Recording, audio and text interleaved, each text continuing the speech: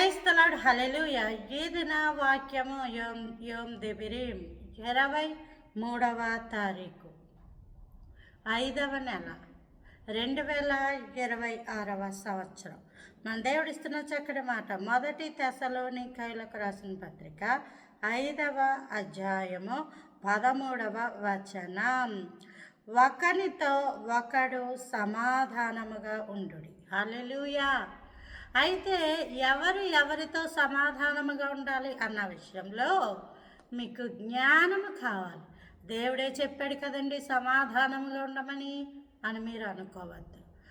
లోకంలో 2 వర్గాలు ఉన్నాయి. ఒకటి వెలుగు, మరొకటి చీకటి. ఒకటి దేవుడు, మరొకటి అపవాది. ఒకటి దేవుడు నమ్ముకున్న బిడ్డలు, మరొకటి దుష్టుని యొక్క సంబంధులు. కాబట్టి సమాధానముగా ఉండమన్నాడని వెలుగు చీకటితో కలవదు. క్రీస్తు సంబంధికులు దుష్టుని సంబంధికులతో కలవరు. వెలుగు సంబంధికులు చీకటి సంబంధికులతో కలవరు.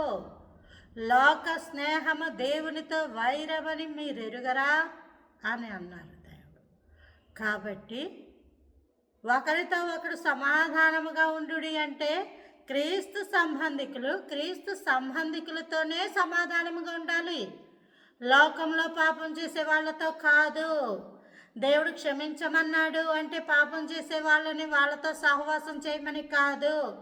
దేవుడు అబ్రహాముని క్షమించాడు, కానీ మరలా రమ్మని పిలవలేదు. లోతు మరలా అబ్రహాం దగ్గరికి వచ్చినట్టు మనం చూడం.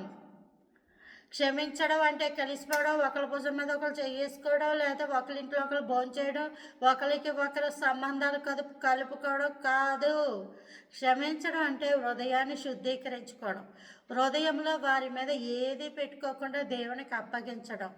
అలాంటి వాళ్ళను మన కళ్ళ ముందుకు వచ్చినప్పుడు కూడా ప్రభువా మీరున్నారని మన నోరు చేతులను దేవుని స్వాధీనంలో ఉంచుకోవడం.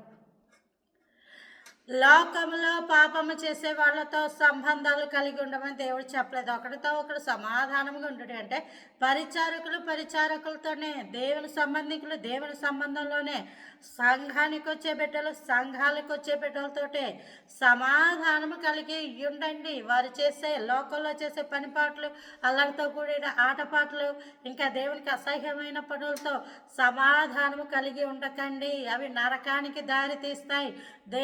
దేవుడు నమ్ముకున్న బిడ్డలతో సహవాసం పరలోకానికి దారి చూపుద్ది. దయ్యమును నమ్ముకున్న బిడ్డలతో ఉన్న సహవాసం నరకానికి పట్టుబడి. నువ్వు దేవునితో సహవాసం కలిగి ఉంటే, దేవునితో సహవాసం ఉన్న బిడ్డలతో సమాధానము కలిగి ఉండు. దేవుడు నిన్ను నీ కుటుంబాలను దీవించును కాక. ఆమేన్.